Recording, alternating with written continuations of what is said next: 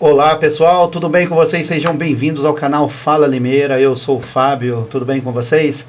Pessoal, hoje eu estou com um convidado super especial aqui, mas antes de conversar com esse convidado super especial que vocês já viram aqui na abertura, eu quero falar sobre meus apoios, tá? Vou conversar primeiro aqui com o Rick Lima, um cantor sertanejo que está em ascensão aí. Tenho certeza que se você for num show dele, você vai gostar muito. Rick Lima, um forte abraço para você e obrigado pelo apoio, tá, cara?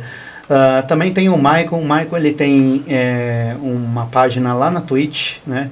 De jogos de videogame, fascinado por jogos de videogame. Estou tentando trazer ele aqui para o YouTube também, para ele jogar, fazer gameplay aqui no YouTube. Na Twitch é Maicon com Y, _games, tá, pessoal? Acessa lá que o cara é gente boa, gente finíssima. E sem mais delongas, estou apresentando meu convidado de hoje, Capitão PM Erlon. Erlon, seja bem-vindo, Erlon. Obrigado, Fábio. Cara, uma honra estar com você aqui hoje. Igualmente. Não deu certo semana passada, né? Que não, tranquilo. Deu um probleminha na nossa agenda, mas graças a Deus deu certo hoje, cara. Eu estou muito honrado de estar com você aqui hoje, tá? A gente vai conversar um pouco sobre segurança pública, questão da violência urbana. Tem uns assuntos assim que é legal. Eu assisti a entrevista sua um ano atrás num podcast. Eu achei muito positiva aquela entrevista lá. E eu falei, vou fazer algumas perguntas um pouquinho diferentes daquele podcast, não vai ficar muito repetitivo também. E legal. Outras, as notícias se atualizaram também, né? A segurança pública é muito dinâmica. É dinâmica, todo dia muda. Cria muito conteúdo, né? Exatamente. E principalmente conteúdo sensacionalista, que a gente tem que combater bastante. Né? Eu sou totalmente contra o conteúdo sensacionalista. Mas, Erlon, me fala uma coisa, cara. Vamos começar lá do princípio, a sua carreira. Como que foi, cara, você, querer ser um policial? Você é de onde? Porque eu sei que eu vi um pedacinho que você é de Pirassununga, não é? Isso. Você é nascido em Sou nascido em Pirassununga. Sim. Eu conheci o Barro Branco, a Polícia Militar. Sim. Por conta da cidade ter uma influência muito forte das Forças Armadas, né? A gente tem um quartel do Exército, a gente tem a Força Aérea, com a Academia da Força Aérea. Sim. E minha intenção inicial era entrar na Força Aérea, na Academia. Certo. Mas através desses dois concursos, eu conheci o concurso da Polícia Militar, do Barro Branco, na época pela FUVEST. Então, eu fiz um ano de cursinho e consegui entrar em 2003 no Barro Branco, né? Me formei em 2006.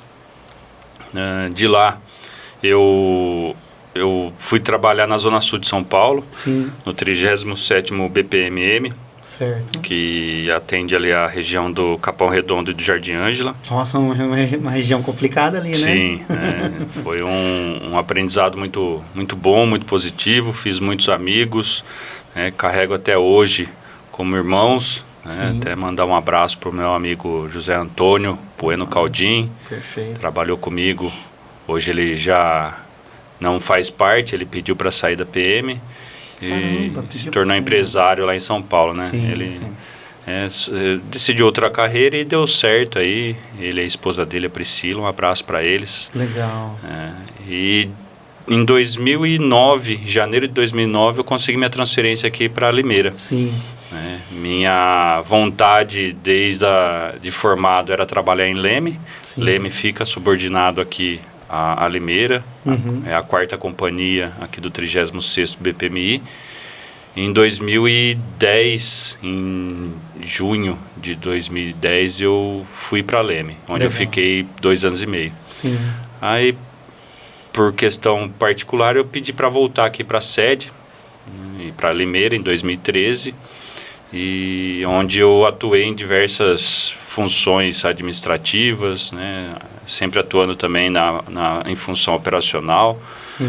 Em 2019 eu fui promovido a capitão e recebi a primeira companhia aqui em Limeira para comandar. Certo. Que foi aí um presente, né, na minha carreira e que alavancou muita coisa do que eu tinha de ideia para aplicar no policiamento. A gente conseguiu compor uma equipe muito comprometida, muito envolvida, A gente está tendo uma diminuição de efetivo de 2009 para cá muito grande. Caramba. E a produtividade, os indicadores continuam numa média. Não há uma inversão, né? Diminuição de efetivo, diminui produtividade e aumenta criminalidade. Não, mantém uma média. Mês ou outro a gente tem um aumento em relação aos períodos comparados, mas já na sequência a gente consegue diminuir e ficar abaixo. E essa é a minha, bem rápida, né, minha vida na Polícia Militar. Tem algumas ideias agora para 2025, para a gente tentar implantar, tanto na parte operacional, que é a atividade fim, quanto na questão de gestão administrativa do efetivo, né, de tratar o policial, de cuidar do policial, para que isso reflita na sua atividade. Exatamente. E é um trabalho bem complexo, na verdade, né? Porque você está lidando agora com uma diminuição do efetivo, né? Sim. E para manter os indicadores, não sei se a carreira está deixando de ser atrativa. O que acontece? Que a galera não quer mais ser policial? Assim? Na verdade, eu tenho conversado com muitos empresários, muitas pessoas que buscam mão de obra. Há uma dificuldade aqui em Limeira em ter mão de obra, não na questão de qualificação, mas na questão de comprometimento. Comprometimento. A gente teve um concurso da PM, ano retrasado, salvo engano, acho que foi o segundo ou o primeiro concurso pós-pandemia. Foram abertas 2.600 vagas, mais de 50 mil inscritos, porém conseguiram passar em todas as fases menos de 900 candidatos. Meu Deus, que peneira, hein? Então, a dificuldade é dentro acredito que da avaliação psicológica que é feita, ter um encaixe de perfil, né, candidato e vaga. E o que causou muito corte, né, não supriu nem... supriu quase um terço somente das vagas para formação naquele momento. E isso afeta todo o planejamento de reposição de efetivo no Estado, né? Eu imagino. Então, a gente tem uma dificuldade, sim, em Limeira, de ter policiais militares da cidade. Sim. Do meu efetivo hoje, cerca de 35% a 40% mora fora da cidade. Assim como no outro... Era uma regra antigamente? O policial que trabalhava em determinada cidade tinha que morar em outra? Não. Eu conheci policiais assim. É que, na verdade, a questão de formação, ao término dos cursos de formação, ou do curso de formação de soldados, ou do curso de formação de oficiais, são abertas as vagas, né, de unidades para os formandos escolherem, e isso vai de acordo com a nota. Certo. Né? E normalmente o que se faz? Repõe São Paulo, capital, Grande São Paulo, outros centros maiores, Campinas, Ribeirão, e isso acaba afetando a reposição nas outras cidades. Entendi. Então, a gente tem policial militar de Limeira que atua fora, Sim. mas por essa dificuldade de reposição e aí fazer o andamento da nossa relação de transferência fica mais demorado. Entendi. Mas mesmo assim a gente ainda vê a dificuldade de limeirenses se interessarem pela carreira. Entendi. E aí a gente acaba tendo o policial que mora na cidade, que é da cidade, um envolvimento maior, um conhecimento maior da área, né, até da criminalidade. Isso aí melhora a atuação. Né? Algo que me surpreendeu nesses 5 anos que eu estou à frente da primeira companhia. Eu não digo que não ocorra em outras companhias, em outras unidades da Polícia Militar, mas o comprometimento do efetivo, mesmo 35% a 40% não sendo da cidade, o comprometimento é muito grande. É o que mostra a diminuição e a produtividade ser constante, os indicadores controlados. Sim. Se não houvesse esse comprometimento, com certeza seria outro cenário. Porque eu imagino, porque um policial que mora na cidade, atuar dentro da cidade, eu acho que talvez, não sei, pode ficar visado, não sei. Eu achei que era essa a ideia, pelo menos, não é essa a ideia. Não tem, alguns policiais, por questão particular, eles entendem isso e não querem trabalhar na cidade onde moram. Tá. Mas aí é um ponto pessoal, né? Não é uma rotina da instituição de classificar policiais em cidades diferentes de onde moram. Entendi. Em São Paulo tem, porque a dinâmica de São Paulo é grande, né? Tem várias cidadezinhas do lado do São Paulo. Sim. Tá? Então a dinâmica lá. Eu vou direto para São Paulo, eu ouço histórias assim, né? Eu sou de Guarulhos, dentro da própria cidade de São Paulo, né? O policial mora na Zona Sul, trabalha no centro, trabalha na Zona Norte, já é praticamente outra cidade ele trabalhar, né? Sim. Dentro das próprias regiões, né? Trabalha na Zona Sul, de um lado da represa, e mora do outro lado também, é outra cidade. Ele não fica tão exposto, né, nessa questão no horário de folga. Isso é verdade mesmo. E outra também, tem que falaram que é proibido, né, aquela chamada, o trabalho à parte, né, tipo de vigia, essas coisas. Sim. Né? Dizem que é proibido um negócio desse, né, enfim. Então, comentar sobre o Missuca também, eu conversei com ele, tá para se formar dia 13, vai se formar um baita de um rapaz, eu que chamo ele de menino ainda, ele é um homem já tá formado já, você vê as fotos dele na internet, algumas fotos que ele posta lá, cara, já tá com uma bebezinha, uma menininha, eu tá vi casado. Uma postagem dele com a filha. Abraço o Missuca, abraço o Missucão também, que é o pai dele, né? Um abraço para os dois, Missuca aí. O Missuca pai trabalhou comigo, né? A gente trabalhou diretamente junto na mesma viatura. Sim. Depois, no final da carreira dele, eu assumi a primeira companhia, ele já estava encerrando a carreira, um baita de um profissional. Sim. Atuou muito tempo na Força Tática aqui de Limeira. E o filho, Missuquinha, também conheci. Parabéns para ele, que ele consiga agora na escolha de vagas vir para o 36. Sim, tomara, cara. Tem 2 vagas para cá, a gente torce para que venha e já retorne para sua casa. Pra casa, né? Isso tô torcendo muito, ele é um menino que tem uma cabeça, cara, à frente, sabe, assim, do tempo dele ali. Ele acho que ele tem 26 anos, 25, alguma coisa, mas ele pensa lá na frente já, cara. É impressionante, ele é muito... Eu admiro muito ele. Eu tenho quase 40 anos e eu falei, quando eu conheci ele, tinha 21, eu falei, rapaz, eu com 35 anos nas costas, o cara com 21, pra mim é um moleque, mas não. A cabeça do cara totalmente. E foi a criação do pai também, sim, né? Com certeza. O Missuca é um baita foi um baita de um policial e uma baita de uma pessoa, cara. Eu já visitei a casa dele algumas vezes. Legal. A gente sempre conversou e, cara, sensacional mesmo. Se ele conseguir aqui, eu vou ficar muito feliz por ele, cara. De verdade mesmo. Torcemos por isso. Amém.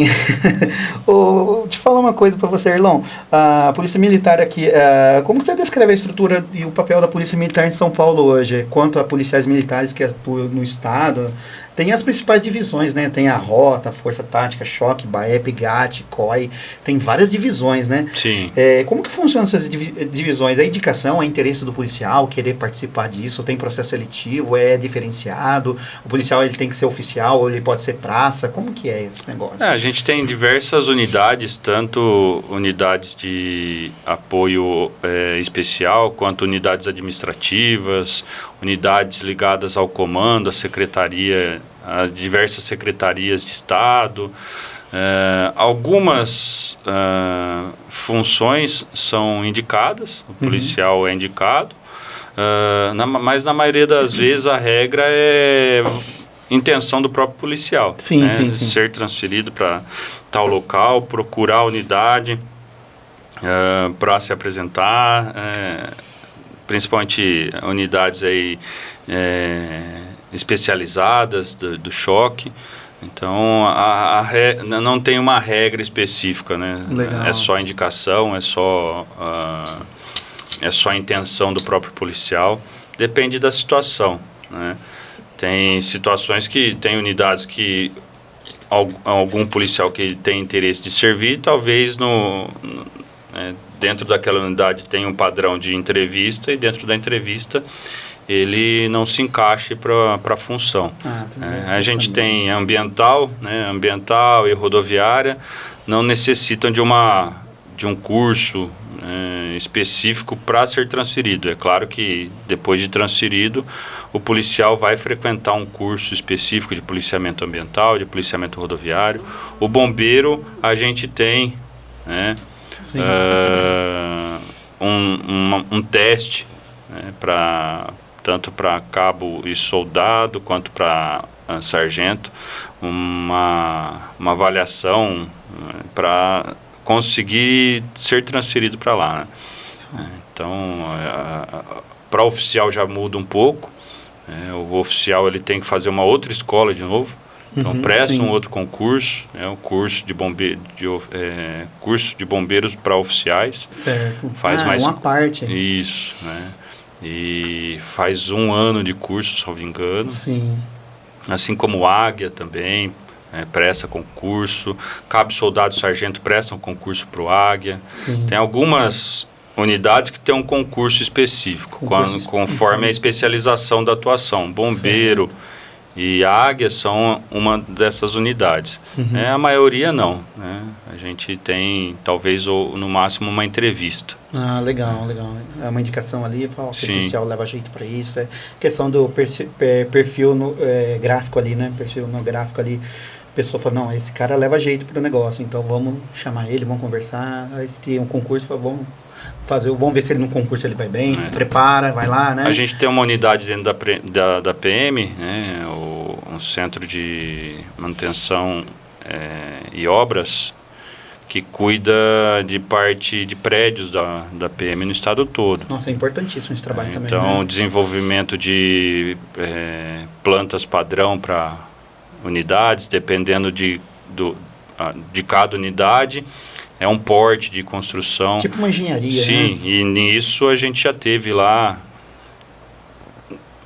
Tem essa, não sei se chega a ser uma regra, mas é melhor que seja assim, entrevista, né, para ver a formação, né? Sim. Procuram policiais formados em engenharia, a gente tem diversos policiais assim, formados em engenharia, como tem diversos policiais formados em ensino superior. Sim. Das mais diversas modalidades aí. Então, essa é uma unidade, por exemplo, que tem a entrevista para ver se encaixa, né, ver a formação do policial nessa área, para poder atuar nessa unidade que faz uma unidade de apoio para as demais unidades, principalmente as unidades operacionais que atuam em todo o estado. Eu sei que tem uma divisão, por exemplo, a polícia daqui, ela faz a fiscalização da parte externa da cidade e tudo mais. Por exemplo, vou dar um exemplo aqui de jogo de futebol. Sim. Eu já frequentei muito estádio de futebol. Hoje eu não frequento muito, não, porque a violência está bem complicada e eu não vou arriscar levar meu filho, infelizmente, tá? O que acontece assim, os policiais, tem os policiais externos e os policiais que vêm de fora para fazer a fiscalização na parte de dentro do estádio. Sim. É isso que dependendo funciona? do porte do jogo, Sim. né, eu tenho sob minha responsabilidade o independente e os jogos realizados ali no Campo do Galo. Ali a gente toma conta, a primeira companhia toma conta de todos os jogos. Sim.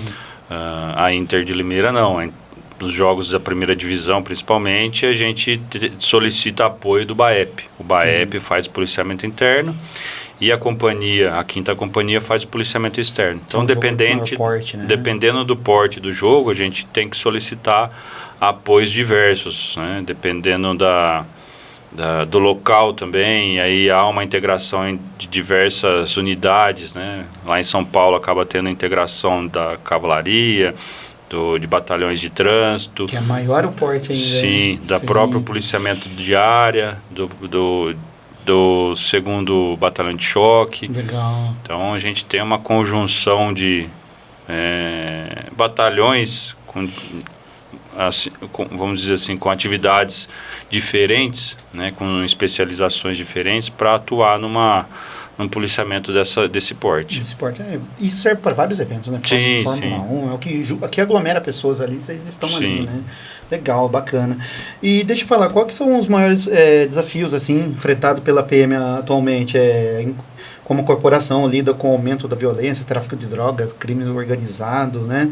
Como que é? Porque a gente sabe que está tendo um aumento de algumas coisas, diminuição de outras, mas aí você pega um recorte aqui, um recorte ali, e dá a parecer que está aumentando demais, na verdade não, que já teve épocas piores. Então, como que faz para lidar com esse tipo de coisa? Aumento de violência, por exemplo, eu trabalho em escolas que são extremos da cidade, você vê flagrantemente pessoas traficando droga ali, cara. Teve uma vez que eu estava indo trabalhar numa escola, o cara parou repentinamente com o meu carro, parou com o carro dele na minha frente, para pegar droga com um noinha ali. Eu falei, caramba, mas é extrema da cidade. Sim. Geralmente é extrema da cidade que acontece essas coisas.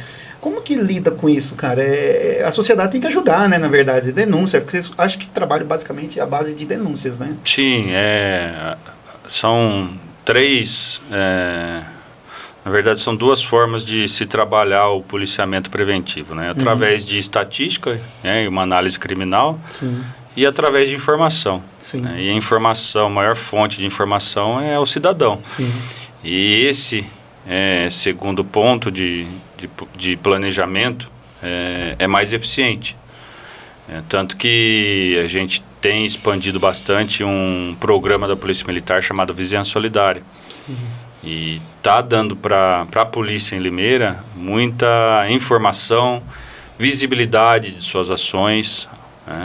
As pessoas muitas das vezes falam que a viatura não passa na minha rua, a viatura não passa no meu comércio. Hoje, por conta desses grupos, pessoas que não estão na região por algum motivo, né, um bairro, né, vamos citar a Vila Cláudia. Sim. A pessoa está trabalhando, não está na Vila Cláudia, mas houve uma demanda, houve uma resposta da PM. Hoje a gente conseguiu incluir as guardas municipais nesses grupos. Há uma resposta de força de segurança, a pessoa que não está ali, ela está vendo a viatura atuar. Sim. Né? Então, a gente precisa aumentar esse canal de comunicação, mostrar para o cidadão que precisa do envolvimento dele com informações. Eu tenho medo. Não, já estamos aí já 5 anos sempre expandindo os grupos. Todas as informações repassadas por pessoas que compõem esses grupos, não houve nenhuma retaliação, né? Sempre esse receio da pessoa. Eu tenho medo de alguma retaliação. Nunca teve retaliação, porque a gente trabalha com a informação, não trabalha com a identidade das pessoas que postam as mensagens, fotos, filmagens, localização. O maior temor é esse, então, da pessoa que denuncia, né? Tem ali uma ferramenta hoje muito boa, né? A gente trabalha muito com o WhatsApp para tentar combater outros grupos, né? Tem muitos grupos aí que alertam sobre bloqueios policiais, as blitz, a presença de viaturas, né, tanto da PM quanto da GCM. Sim. E isso as pessoas que participam, muitas vezes elas buscam evitar uma fiscalização de trânsito. Sim. Mas nem todo mundo que está ali está pensando nisso. Pode ser que tenha alguém envolvido com crime, com furto à residência, com furto a comércio, com roubo à residência, roubo a comércio, que usa aquelas informações para atuar numa região diferente de onde estão as viaturas, de onde está a Polícia Militar. Verdade. E a gente tem diversos grupos dessa natureza que atrapalham no serviço policial, né, que as pessoas não enxergam, atrapalham a segurança delas, né, e a gente trabalha para que esse número de grupos de vizinhança solidária aumente. Sim. Hoje a gente está beirando aí, são grupos de áreas residenciais, áreas comerciais, grupos de escolas, grupos na área rural, alguns grupos aí que são de pessoas de um mesmo ramo de atuação, mas não numa mesma região. Né? Então a gente está diversificando. Para quê? Para que a pessoa entenda o papel dela na segurança pública. A Constituição Federal fala isso, que a segurança pública é dever do Estado. Estado em todas as esferas, não Estado de São Paulo, Estado de Minas, é Estado, federação, federal, estadual e municipal. Todos os entes, né? Todos os entes. Uhum. E é dever do Estado e responsabilidade de todos. Sim. É uma responsabilidade de qualquer pessoa se envolver na segurança pública e melhorar a segurança pública. Certo. E o que a gente pede só é informação. Sim.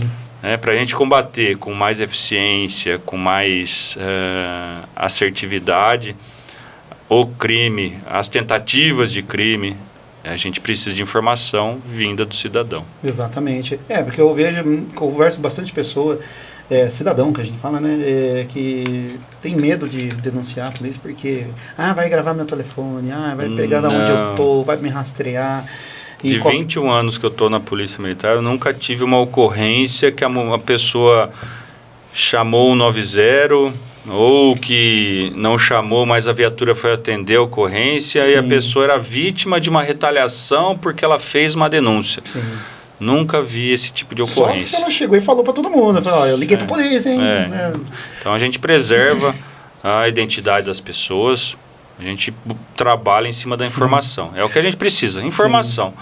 E comprometimento em manter a regra do grupo. Infelizmente, sim, a gente tem grupos que não seguem a regra de usar aquilo só para repassar informação sobre segurança pública. Às vezes consultam questões de comércio, questões de escola, de coleta de lixo. E virou um muro da lamentação. Também, né? Também. Canais de reclamação a gente tem diversos, né? Não é um canal para reclamar, é um canal para informar a Polícia Militar e hoje a Guarda Civil Municipal, sim, que está compondo esses grupos, se tornou uma grande parceira. Quando a Polícia Militar não consegue responder, a Guarda Civil Municipal aqui em Limeira responde. Às vezes responde já em primeiro plano, antes da PM responder. Inclusive eu vou chegar nesse ponto aí que você falou da integração das polícias. E assim, uma dúvida que eu tenho também. Como foi assim? Você está há quanto tempo já como policial? 21 anos. 21 anos. Desses 21 anos, como que mudou a questão da termo de abordagem, tecnologia, tática de operação? Porque assim, a gente tem aquela imagem, eu tenho 39 anos, eu lembro que eu tomei uma abordagem. Eu fui abordado pela polícia um dia, mas eu estava de a pé na rua, estava eu e meu amigo, e já chegou o policial com as blazer, com as 12 para fora, assim, encosta na parede, tal, mão na nuca lá, afasta a perna, tal, aí começa a revistar, tal, só 2 na rua ali, aí já você fica pensando, nossa, o policial pode fazer o que é agora aqui, meu Deus do céu, você fica com aquele temor, mas é um temor de moleque, de 18, 19 anos, você não sabe como funciona. E como que mudou, se mudou alguma coisa em relação a isso, como que é isso aí?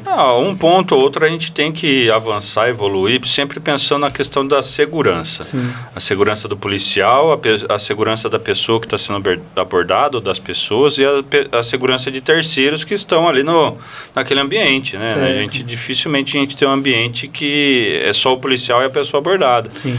Tem uma casa, tem gente morando na casa, tem comércio, tem gente transitando na rua. A abordagem, eu falo sempre, né? Não eu falo, a instituição, sim, até alguns anos atrás fez campanha sobre abordagem. A abordagem é a principal ferramenta de trabalho do policial militar. Sim. Principalmente para a gente fazer a prevenção. E o que é um momento de tensão para o policial, porque ele, dentro da realidade que a gente vive, a gente não tem mais como ficar analisando se tem cara de criminoso, jeito de criminoso, roupa de criminoso, não tem mais isso. A gente não tem bola de cristal, como a gente falava, exato, na escola, a gente fala internamente, a gente não tem bola de cristal. E abordando que a gente vai saber se a pessoa é de bem, uhum, ou se tem intenção de praticar algum crime, sim, se já praticou e está procurado pela justiça, se está em posse, portando alguma arma ilegal. E para a gente seguir uma abordagem tranquila, né? Não, sim, digo obedecer, mas ouvir o que o policial está falando. Sim. Porque como ele não conhece, é um momento de tensão, a gente considera que todas as pessoas podem estar armadas. Já parte desse princípio. Pela facilidade. Tanto que a posição que você ficou foi para quê? Para ser feito busca pessoal, para ver se você não estava armado. Exato. Depois que verificou isso, né? Já a gente parte para outros procedimentos. Você já vai baixar a mão, ficar numa posição mais tranquila. Sim. Né? Porque a gente considera que você pode ter armado ou você pode tentar fugir da abordagem. Por isso que você fica com a perna bem aberta, uma posição que dificulte uma reação de fuga. Sim, tem tudo isso, então. Sim, são todos pontos que a gente aprende, né? E a gente treina e a gente tenta melhorar para o quê? Melhorar essas possibilidades. Sim. São pequenas, tem aumentado nos últimos anos, pessoa armada e pessoa que foge. Só que a gente tem algo no cenário real que dificulta muito e que é difícil de a gente treinar. A pessoa que enfrenta a abordagem, Sim. batendo boca, não obedecendo, ouvindo o policial as orientações, querendo se identificar, dizendo que não é bandido. Não, a gente tem esse procedimento e a gente sabe o momento que a gente vai identificar se é ou não um criminoso. Sim. A partir daí a gente muda, né, o jeito de atuar. Eu falo que troca o chip. Muda até o linguajar para conversar. Sim. Né? Então a gente chega ali, a gente tem treinamento para manusear o armamento, apontar o armamento, não é porque vai apontar o armamento, é para segurança. Sim. É para a segurança da equipe, para a segurança da pessoa abordada e de terceiros. Certo. As pessoas precisam entender essa função da abordagem, o quanto ela é importante e identificar que o policial abordando é um policial trabalhando e cuidando da sociedade. Sim. Se você for abordado por um policial, você pode ser abordado por outro, pode ser abordado de novo pelo mesmo, porque na rotina a gente não grava nomes, pessoas, pode ser que a gente guarde. Sim. E muitas das vezes, sendo uma abordagem tranquila, a pessoa entendendo o papel da abordagem, o policial ficando mais leve para a conversa, vai gerar um conhecimento um pouco melhor, né? O policial grava mais. Sim. Agora, sendo uma abordagem mais complicada, isso aí tem se tornado uma rotina. A abordagem, que é algo simples que o policial aprende a fazer em tese, né? Tem Sim. aquele momento de tensão para ele, de identificar se ele está armado ou não, se vai ter fuga ou não.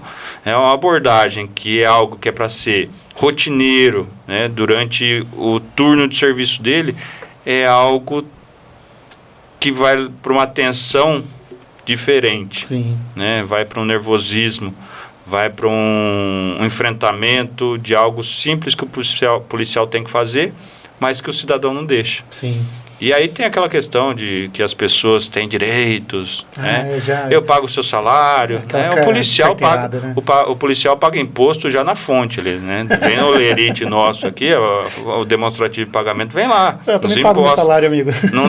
Não tem isenção de imposto pra gente, não. A gente paga IPVA, a gente paga imposto de renda. Então o policial se paga também. Sim, exatamente. Então, e isso aí ofende o policial. Lógico que ofende. Ofende até a gente como professor, que a gente escuta isso também, viu? É algo que eu tenho falado, né, já até antecipando, acho que algum assunto sobre a violência policial. Sim. Não precisa desse ataque midiático com um pano de fundo político, que a gente enxerga isso, um receio do governador Tarcísio ser reeleito, uma tentativa de se tirar o Derrite, que está fazendo um trabalho excepcional, algo que nunca foi feito. Pelo contrário, a gente teve governos e secretários, infelizmente, que atuaram de uma maneira fraca contra o PCC. Sim. Né?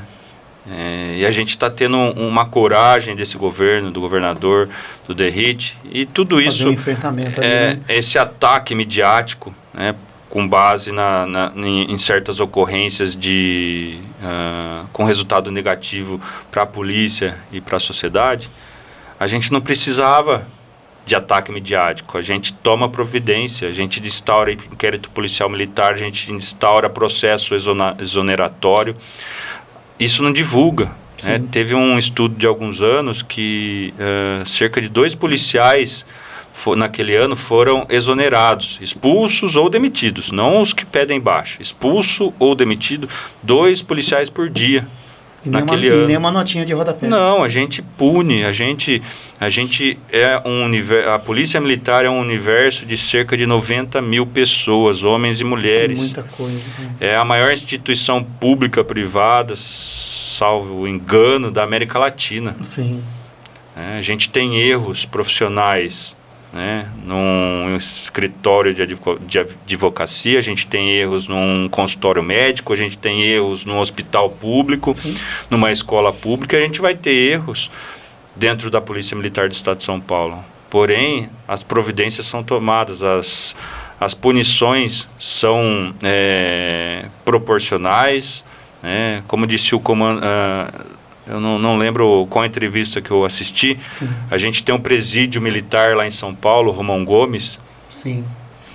Ele próprio de policial, né? De próprio de policial. Sim. E o policial sendo exonerado, hoje ele não permanece ali.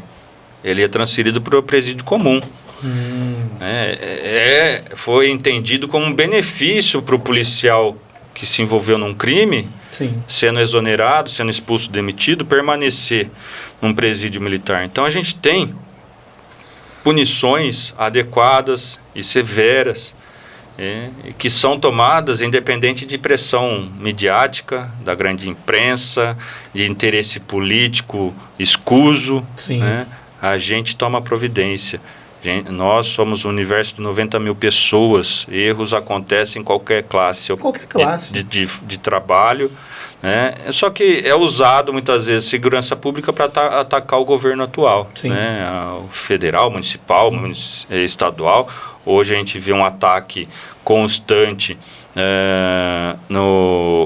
ao governo estadual, né? Para tentar derrubar o Derrite, para denegrir o governo do Tarcísio, para não se manter não ter força para uma reeleição, que eu duvido muito, né?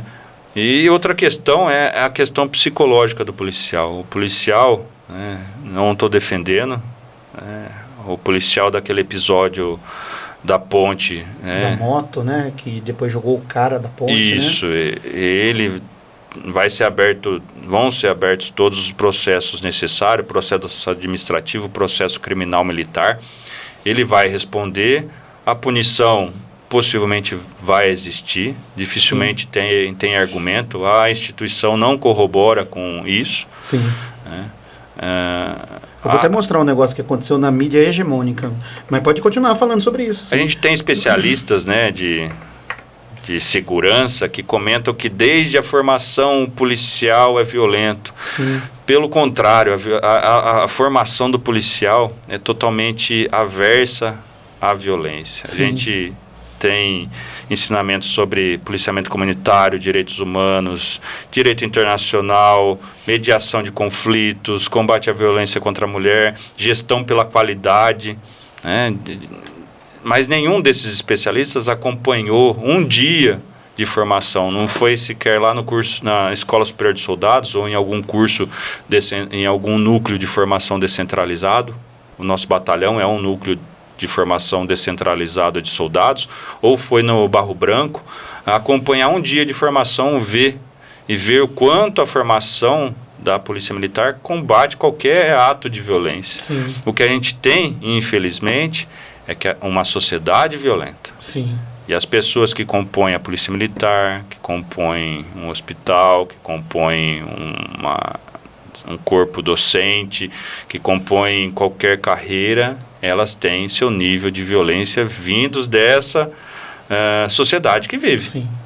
Né? E aí a gente tem policiais que a formação acaba não superando essa violência inerente à pessoa dele. Não que ele aprenda a ser violento dentro da Polícia Militar. Então, é outro argumento fraco, mas que a mídia usa muito, com base em especialistas que acusam a polícia de ser violenta, violenta desde a formação. São especialistas besteira, criticar, né? Besteira. E as pessoas não... A gente tem uma divulgação, só que se notícia positiva desse mais audiência que negativa, os programas das 6 horas da tarde não tinham tanta extintos. Audiência, né? Uhum. Já seriam extintos, o povo consome notícia negativa. a mídia vai explorar isso, porque aí encarece o espaço publicitário, que é o que mantém a mídia, os programas no ar. Sim. Então é tudo uma questão de que não é divulgado isso sobre a formação, é divulgado, só que as pessoas não assistem. Se tiver no Instagram, por exemplo, já roda, já rola a tela. Já rola a tela. Outro ponto, né, a gente precisa, né, agora uma visão particular minha, a gente já tem um serviço de acompanhamento psicológico dentro da instituição, mas a gente talvez precise repensar a forma como isso é feita, a rotina como isso é feita, para trabalhar. A gente tem uma sociedade que sofre com cada vez mais problemas psicológicos, e um policial militar, como membro da sociedade, acaba sofrendo. Disso, né? A gente tem aí aumento de violência doméstica, aumento de violência contra criança, aumento de violência contra idoso, aumento de violência no trânsito. Por quê? É uma sociedade que não está sabendo controlar, respeitar os limites, né, da vida do próximo. Sim. Né, por conta de alguma questão psicológica. Sim. E o policial está nesse cenário.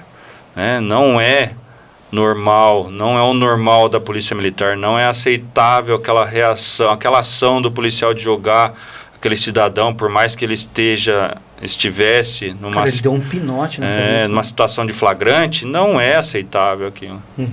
Eu imagino que o policial é ser humano, não tem sangue de barata.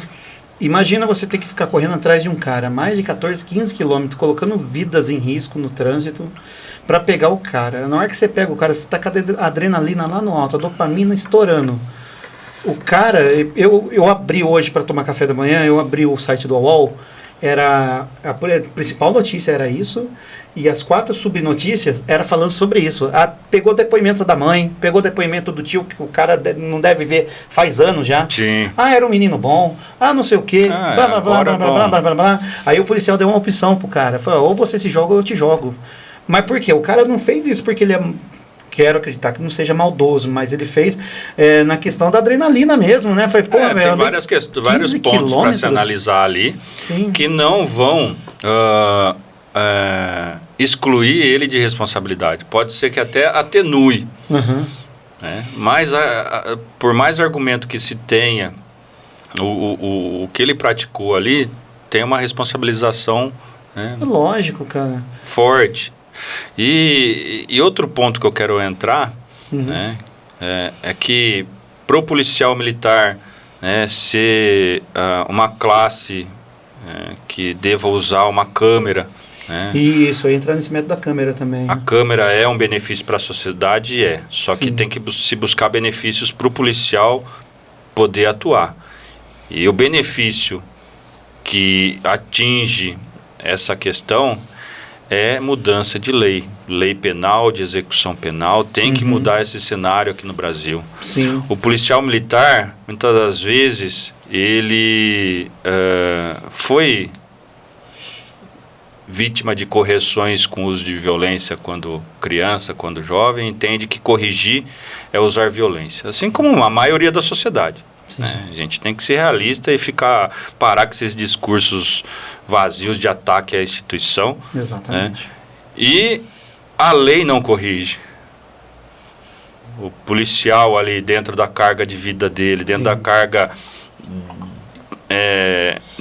enquanto criança, adolescente, ele enxerga o uso da violência como correção. Como uma correção ao final do negócio. Para diminuir isso e punir os casos de violência, os casos de excesso de uso de força adequadamente, né, sem analisar outros pontos que afetam a rotina do policial, precisa mudar a legislação. Sim. Não é aceitável o policial ser vítima de desacato, desobediência e resistência, e a pessoa que praticou isso, ela não ter uma responsabilização condizente. Sim. Pagar serviço público, pagar para cesta básica, nem preso em flagrante fica. Sim. A gente conduz a pessoa que desacatou, resistiu, né, numa resistência o policial usou de força legal, se machucou. Sim. Né? E aí leva e a pessoa já sai. Eu já vi casos que o policial prendeu, o cara estava lá preenchendo o formulário e o delinquente indo embora, liberado. Sim. E o policial ainda tendo que ficar fazendo a burocracia do negócio. Então, esse é um amparo que se tem que dar para a atividade policial, principalmente nesses crimes. E esses crimes sendo revistos e as penas sendo aumentadas, vai afetar o funcionário público como um todo. Sim. E vai afetar a responsabilização do funcionário público que não obedecer às regras. Sim. Agora, todo funcionário público que é desacatado, desobedecido ou há resistência contra a sua ação, o indivíduo não ser preso, isso aí causa internamente para o funcionário público, para o policial militar, uma forma errada de agir. Não adianta só a gente pensar em ações que corrijam o policial sem melhorar situações que dão um amparo maior para ele. Exatamente. E, como eu disse, vai melhorar para o funcionário público como um todo, municipal, estadual, federal. E a gente tem que melhorar as demais leis. Eu falo que a lei penal está totalmente defasada, desproporcional ao nível de violência do criminoso. Sim, não só atualizou, né? Não ao crime em si, mas o nível de violência usado para praticar os crimes. Sim. Está muito desatualizado, desproporcional. Sim. A legislação penal tem que ser revista, sendo mais severa, sendo mais direta, não abrindo para interpretações. O judiciário... Não, o judiciário segue a lei que é fraca. É tanto recurso. A lei que é fraca, a lei que não delimita a ação e a punição de uma forma clara, sem possibilidade de ser interpretada. Sim. Se for mais direta, mais objetiva a lei penal e as penas, o judiciário vai seguir a lei. Não tem jeito. Mas se a lei é fraca... E aí advogados usam argumentos que geram uma outra interpretação, infelizmente o judiciário vai tender para um lado ou para outro. Exatamente. Porque não é bem definido. Existem as brechas. Sim. Entendi. E as saídas temporárias, que é outra aberração. Eu também acho um absurdo essa saída temporária. O cidadão passa 1/3 do ano, 1/4 do ano em saída temporária, e ao invés de estar cumprindo a pena de fato. Exato. Então são esses pontos aí que acabei antecipando o assunto de violência policial, sim. Mas que eu acho que deveria ser observado. A violência policial está ligada à instituição? Não. Está ligada à pessoa. Sim. A instituição toma providência, pune, forma de uma maneira totalmente contrária. Agora vai expandir, já houve uma expansão no início do governo do Tarcísio, de câmeras, vai expandir mais agora com essas questões, mas eu entendo que seja necessário uma mudança das leis, e para isso o Congresso, Senado e deputados federais têm que trabalhar para essa mudança. Sim. E eu falo que o cidadão, a participação política do cidadão está muito fácil. Sim. Só há resistência de enxergar isso. A Brasília foi colocada lá no centro do país de uma forma estratégica para dificultar o acesso do povo a Brasília, cobranças. Hoje o celular aqui diminuiu essa distância. Então o cidadão pode cobrar um senador, um deputado para mudanças de leis diversas. Eu estou falando aqui de questão penal, mas o que for para melhorar o país, o cidadão tem que enxergar que ele pode afetar a decisão, a atividade do Congresso Nacional. Basta acessar o perfil, mandar mensagens. Não é porque não votou que não pode cobrar. É lógico. Não é porque não votou em tal candidato que não pode cobrar. O candidato que eu votei não entrou, não foi eleito. Então, não, tem que cobrar qualquer deputado, qualquer senador, qualquer deputado estadual, qualquer vereador, aqui, né, tem caso. que se cobrar e há a ferramenta para isso. Sim. Se houver um movimento grande de cobrança, né, isso aí vai mostrar para os atuais deputados e senadores que é interessante trabalhar em cima disso. Sim. Mas enquanto eles mesmos definirem a pauta, e alguns dos itens têm comoção pública, né, eles vão definindo o que vai ser feito. A gente pode fazer um gancho com um tema fora da segurança pública, que é do aborto. Sim. É um tema totalmente exclusivo feminino, quem está definindo são homens. Sim. Né? Então, acho que tem que ter uma participação maior feminina no caso. Por exemplo, segurança pública, acho que a sociedade inteira tem que se comover em relação a isso, promover melhoras. Aí, quem está lá para definir as leis vai sentar, vai reunir e falar, não, realmente tem que melhorar isso, melhorar aquilo. Você falou um tema muito importante, que é a questão das leis, eu endosso a questão da reforma prisional. Tem que ter uma reforma prisional, colocar bandidos de periculosidades diferentes em cadeias diferentes, né? Sim. Porque eu vejo muito isso, eu vejo aquela mistureba, acaba virando, que o pessoal do sensacionalista fala, que é uma cadeia, é a escola do crime, né? Às vezes o cara foi preso por roubar uma coisa, um sabonete, roubar alguma coisinha do tipo assim, e tá preso junto com um cara que é um traficante de droga. Aí o cara vai virar um... a chance é maior, na verdade. Na verdade, eu uso como propaganda para... essa questão de recuperação do criminoso, do condenado, o nosso CR. Não sei se você já visitou ali. Já passei na frente ali, perto do Horto. Isso. Sim. O nosso CR é um exemplo de unidade prisional de recuperação de condenados. Sim. 100% ali dos reeducandos, como são chamados, eles trabalham. Há empresas que fizeram um convênio ali com o CR, que tem linha de produção dentro do CR. Então, a taxa de reincidência do reeducando que sai é muito baixa. Né? Tem um estudo ali do diretor que me mostrou numa das visitas, é muito baixa. Só que não é um modelo expandido. Sim. Utilizado. Tem condenados que não vão se enquadrar nisso, né, independente da periculosidade. Certo. Um condenado por furto e um condenado por homicídio pode ser que não se encaixe nesse sistema. Sim. E aí sim as cadeias, as penitenciárias, ou de segurança máxima, ou as demais do Estado, não serem uma regra, serem a exceção para esses condenados, essas pessoas que não se encaixam no perfil de um CR como é esse que existe aqui na nossa cidade. Certo. Que eu faço questão de fazer propaganda desse serviço. Há uma recuperação, há um envolvimento social dos reeducandos. A gente, em parceria com o CR, a gente tem nos quartéis de Limeira, pontos de coleta de tampa plástica, lacre de latas, cartelas de remédio vazias, diversos materiais que a gente coleta, vem tudo misturado, a gente leva para o CR, os reeducandos lá separam. Fazem essa separação para facilitar a venda e em parceria com, por exemplo, o Rotary, né, com o grupo Lacre do Amor.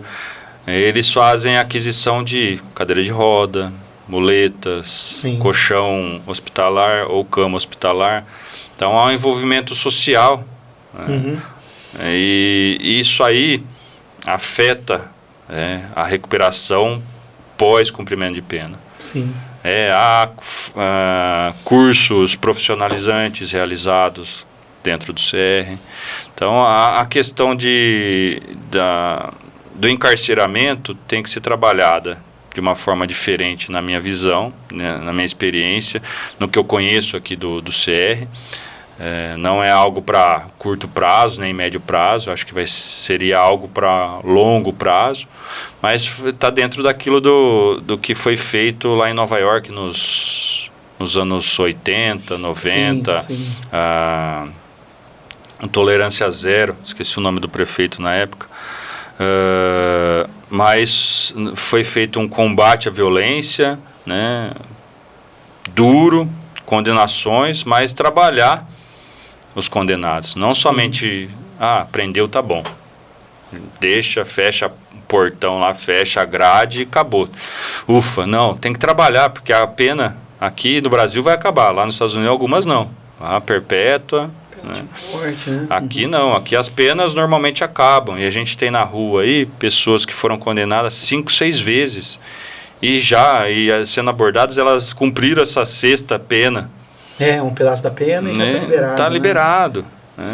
E está liberado sem uma recuperação. Sim. Então é um cenário aí que eu visualizo, né, talvez um pouco utópico aqui para a nossa realidade, mas que é possível.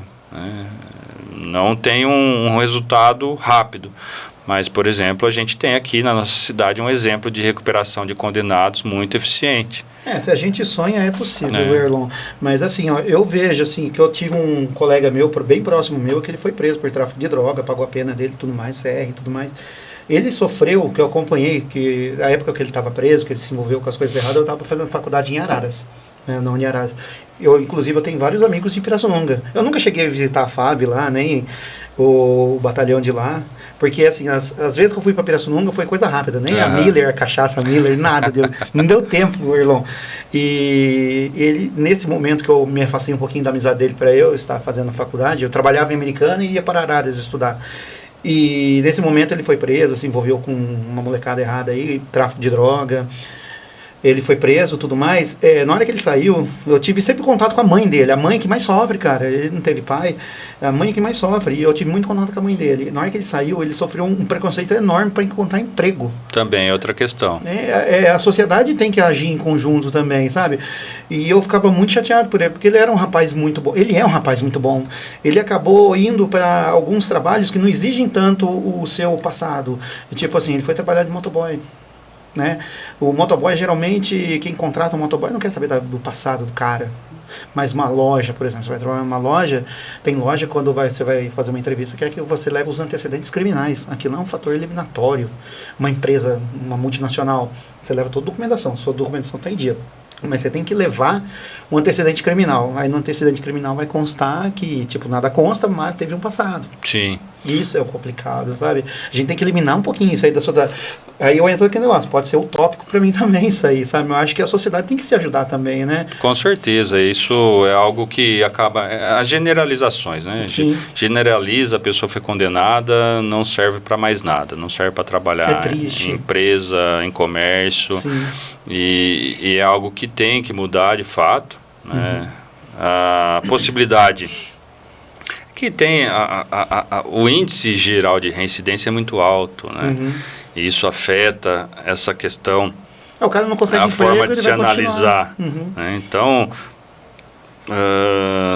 se houvesse esse modelo padrão de recuperação dentro de um encarceramento, né, no cumprimento de sua pena, né, você chegar lá, a pessoa chega, cumpriu sua pena, ela vai concorrer a uma vaga de trabalho, ela mostra que ela trabalhou toda a pena dela, ela fez tantos cursos profissionalizantes durante a pena, mostra o que para quem está contratando?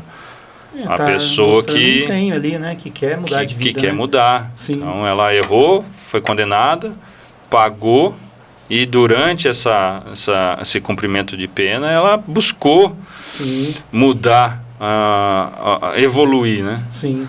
Só que como não é uma regra do encarceramento das penitenciárias, né, acaba não tendo, não consegue a pessoa que cumpriu sua pena mostrar isso.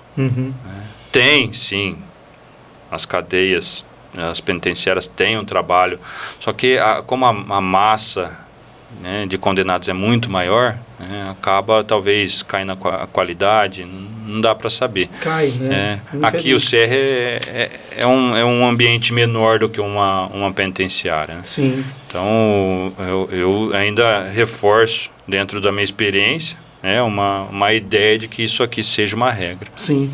Então a gente pode dizer que é umas lacunas que ainda o Estado tem que resolver, né? Sim. Na questão da segurança pública, né? Sim, a dinâmica social é muito complexa, né? Sim. Então, a velocidade como as coisas estão mudando, as pessoas insistem em saber mais dos seus direitos do que dos seus deveres. Nossa, eu sofri isso direto. É algo que muitos ensinamentos de escolas foram tirados da grade curricular por se alegar tá ligado à ditadura, né? Que eu mesmo não tive aula dessa matéria. Eu lembro que a cartela do boletim era uma cartela azul, na escola lá em Pirassununga. Tinha lá essa matéria, Educação Moral e Cívica. Sim. Mas eu nunca tive aula disso, mas estava na cartela lá do boletim da escola.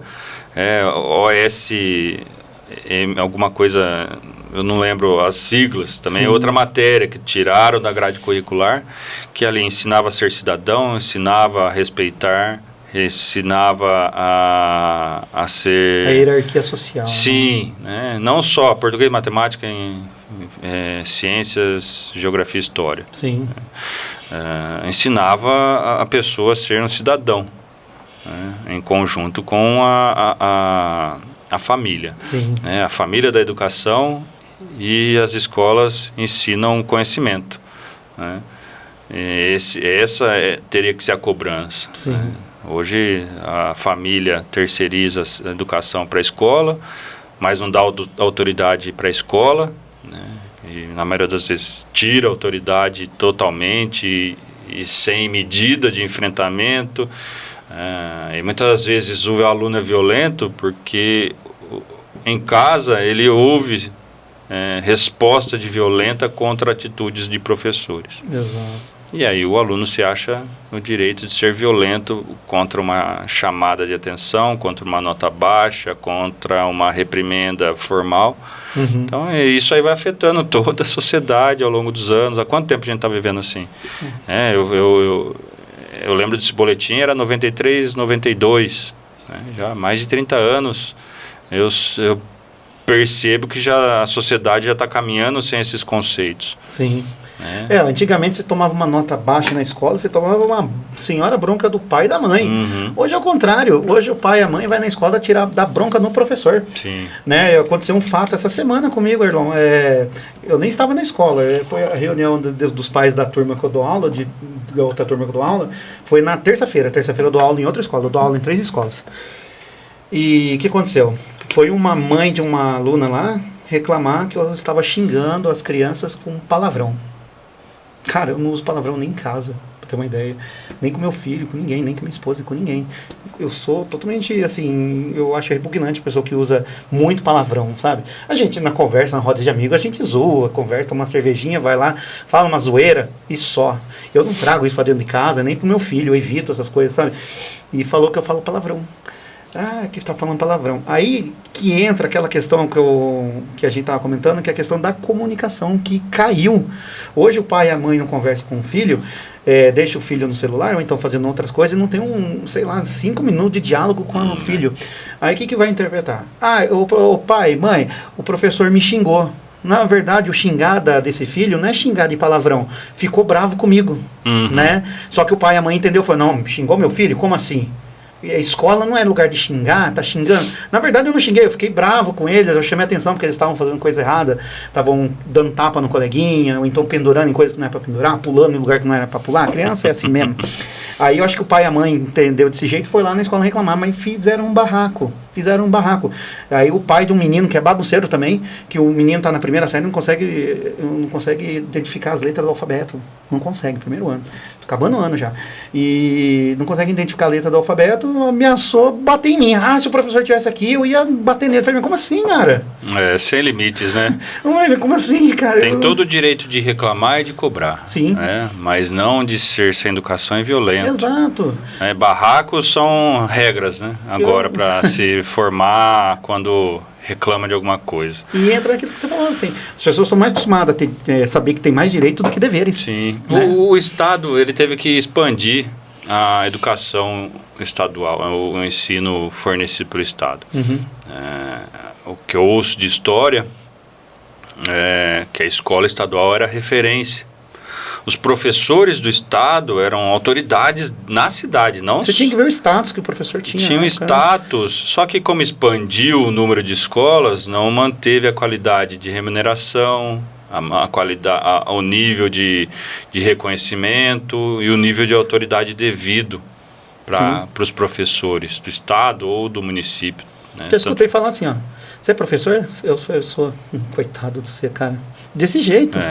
Bem nessa mudar eu falei, meu Deus. Então, obrigado. Professores dos nossos pais, né, são respeitados pelos nossos pais até hoje. Sim. São referências até hoje, são autoridades para eles até hoje. Uhum. Os professores dos últimos 30, 40 anos, como é que estão? E você não pode fazer nada. Porque ampliou demais, só que o Estado não conseguiu manter esse nível de serviço. Para mim, a base da sociedade é a família. Uhum. E a base do cidadão produtivo é a escola. Para isso ser uma base sólida, o reconhecimento tem que ser o maior possível. Exato. Não dá para se reconhecer o professor do jeito que se reconhece. E eu falo de salário, de benefício, que seja, tem que ser melhor do que o atual. Porque isso vai afetar lá na frente a saúde, a segurança, oportunidade de emprego, a política, as decisões políticas de um povo vão ser afetadas. Senso crítico, né? Eu tenho repetido ultimamente uma frase, tenho que pesquisar de novo de quem que é, né? É um pensador grego. Eduquem as crianças para que os homens não sofram. Sim. As crianças educadas vão crescer, enquanto adultas elas não vão sofrer por causa da educação. Exatamente. Ela só vai conseguir um emprego por causa da educação. Ela só vai conseguir atingir um objetivo por causa da educação. Senão, o que a gente tem hoje, o que ela atinge de objetivo na vida dela é por conta de envolvimento com crime. E também a gente tem aquela questão que eu sigo algumas páginas de internet, alguns pensadores de internet, eles falam também que a gente vive num sistema econômico, a gente fala que o sistema é capitalista, né? E ela impõe nas pessoas a ideia que para você ser alguém socialmente aceito, você tem que ter determinadas coisas. Sim, também. Né? Por exemplo, eu tenho um iPhone, então você é um cara aceito por um grupinho ali, né? Eu tenho um carro importado, então você é aceito por outro grupinho ali. Então, muitas pessoas querem atalhos, que aí começa a criminalidade, em alguns casos, né? Mudou esse perfil de criminoso, né? E aí enfraquece, só que para a mídia não. Sim. O criminoso ser uma vítima da sociedade, das falhas do governo. Sim. Até certo momento, acredito que possa até ter sido, né? As falhas do Estado como um todo de atender a formação, a saúde, a educação e tal, pode ter tornado vítima e dado como oportunidade, entre aspas, para aquela pessoa entrar para o crime. Hoje não, a gente percebe, principalmente por redes sociais, e principalmente por se usar a rede social para divulgar isso. Os jovens usam como status, eles entram para o crime como status, não como roubar, furtar, para ajudar a família que está passando necessidade. Nessa situação, a gente até pode entender que a pessoa foi vítima da sociedade e a única oportunidade que ela teve foi para o crime. Tá bom, hoje não. A grande massa de criminosos, dos mais diversos crimes e a recorrência em praticar esses crimes, é por questão de status. Sim. A gente está tendo agora... a gente teve 2 roubos de motos grandes. Importadas, né? Essa semana, essa noite, salvo engano, e semana passada. Para quê? Não é para vender, desmontar, não é para capitalizar, não, é para usar no final de semana num rolezinho. E depois ela é abandonada no mato. Sim. Enquanto está com ela, tira foto e posta no Instagram. Sim.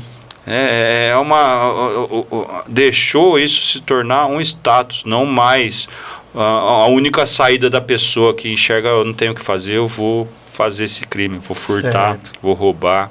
Não, tornou-se um status para cada vez mais jovens, né? Sim. 11, 10 anos, infelizmente. E falando nessa questão aí que a gente falou sobre a violência policial e tudo mais, Você já falou que a PM... Como a PM lida com as questões de abuso de autoridades, e também vocês têm extensos cursos de direitos humanos também, né? Que tem essa parte também, né? Porque a sociedade, ela interpreta de forma erradamente a questão da direitos humanos, né? Acho que são pessoas que vestem os coletinhos escritos direitos humanos atrás e boa. Os direitos humanos é a gente mesmo, né? No dia a dia a gente tem que se fiscalizar e fiscalizar o próximo para saber que os tratados estão sendo obedecidos, sim, né? No caso. Então, acho que as pessoas, elas confundem muito esse papel da questão dos direitos humanos, né? O policial, ele tem que guardar os direitos humanos, o cidadão também tem que guardar das devidas proporções, mas a gente tem que pensar que o policial, assim como qualquer outra pessoa, é um ser humano, está sujeito a falhas, não é que termo, não é sangue de barata. Sim. Eu, por exemplo, se eu fosse um policial, eu ficasse perseguindo um cara que eu sei que notoriamente ele é um cara que tem passagem na polícia, que depois vai abordar, eu de ficar perseguindo um cara 14 km de moto, sem poder atirar num pneu com risco de acertar alguém na rua, seguindo o cara até ganhar o cara pelo cansaço, ou então ele cair da moto, que eu sei que os policiais ele recebe treinamento para isso, né? De andar, perseguir, só fazer o cortejo, né? Até acompanhamento, né? Tem vários vídeos, né, no YouTube, eu gosto, sim, de ver os acompanhamentos, sabe? Quando o ladrão se dá mal. Aí, o que acontece? Eu sei que o cara está naquela adrenalina máxima. Eu falei, o que eu vou fazer com esse cara? Então, isso entra no controle emocional. Exato. Eu não sei se eu teria a capacidade, eu não sei. De repente, durante os cursos, aprendendo os pormenores das coisas, a gente precisa trabalhar constantemente. Isso é algo... eu sou instrutor aí sim, do efetivo, né, na nossa reciclagem anual, né, já fui instrutor da escola aqui de formação. Sim. E meu foco sempre é mostrar para o policial que ele tem que trabalhar o emocional dele. E para ele trabalhar o emocional, ele tem que pensar situações e respostas, porque na hora que o sangue sobe, a adrenalina dispara, né, o cérebro age no automático. Exatamente. E algumas ações fogem ao senso comum, né? Como é o caso desse episódio aí da ponte, né?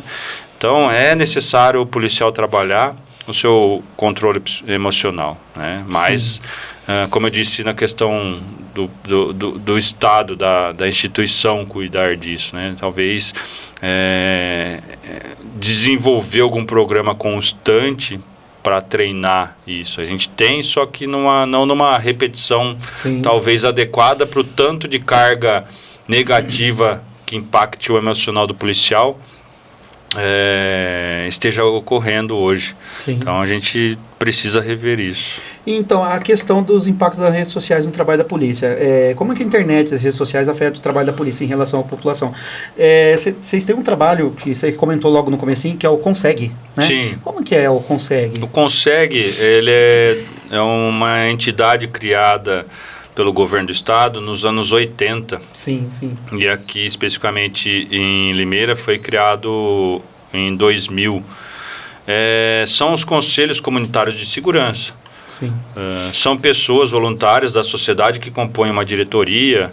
Em alguns conseguem até chapas diferentes, surgem, há uma eleição, mas cada vez mais está diminuindo, porque as pessoas não querem participar.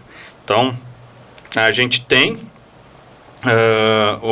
a diretoria, e por vezes essa diretoria é só aclamada, não é mais eleita, porque não tem outra chapa para concorrer. Entendi. Não que tivesse que mudar, o meu Conseg, por exemplo, ele é um Conseg muito ativo, trabalham demais, só que a gente vê que são pessoas que são voluntárias, formam uma diretoria e vão, uma vez por mês, se reunir com as pessoas. Sim, sim. De uma região. Hoje a gente aqui em Limeira está fazendo de forma itinerante, vai até tal bairro, normalmente numa escola, numa igreja, recebe, só que as pessoas não participam. A gente não está tendo participação. E é algo que a gente luta para que as pessoas participem, para trazer suas demandas, não só de segurança pública, porque na maioria das cidades que o Conseg atua, A prefeitura tem participado também com diversos funcionários ou diretores ou profissionais de secretarias, não só da segurança pública, que acabam dando uma resposta, né, atendendo de uma forma mais ágil às demandas. Eu acredito que cerca de 80%, 75% das demandas do CONSEG, né, do CONSEG Centro-Sul, foram relacionadas a questões que são de competência da prefeitura. Sim. Então, a prefeitura também tem participado bastante. E as pessoas não participam, não comparecem, não levam sua demanda. A gente tem pessoas que participam de todas as reuniões, mesmo não sendo na região onde ela mora, ela está acompanhando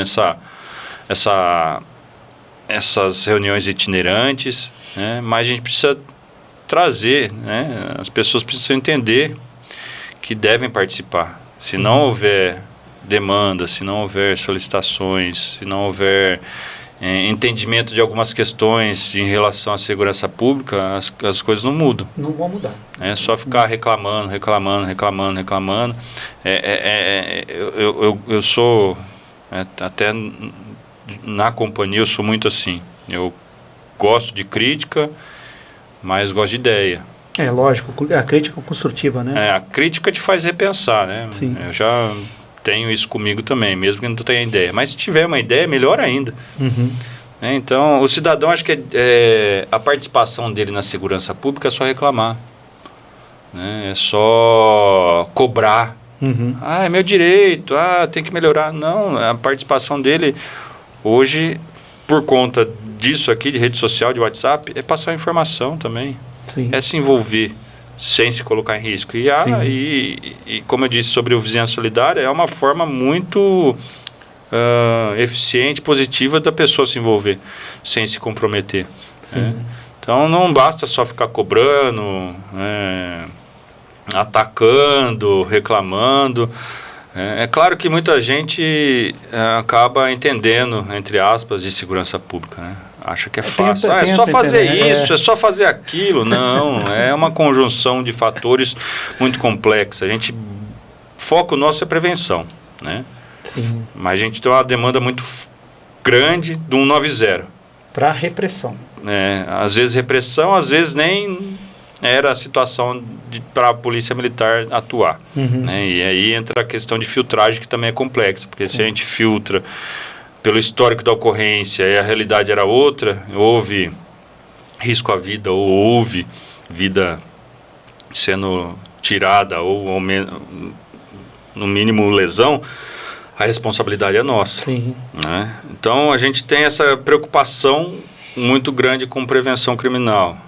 A gente tem uma cobrança muito grande para atender o 90. A gente tem diversas outras atividades que são desempenhadas pela Polícia Militar. Escolta, segurança em fórum, policiamento em eventos, shows, futebol, ProERD, ronda escolar, ronda rural. O ProERD está ainda ativo? Voltamos esse ano, finalizamos uma turma essa semana. Quarta-feira foi a formatura. Da época do ProERD, cara. A gente ficou desde 2019 sem, né? Teve a pandemia e com o retorno da pandemia a gente não tinha mais um instrutor que havia sido transferido. E agora, nesse segundo semestre, no primeiro semestre houve a formação de um instrutor, de uma instrutora. Sim. E agora a gente finalizou.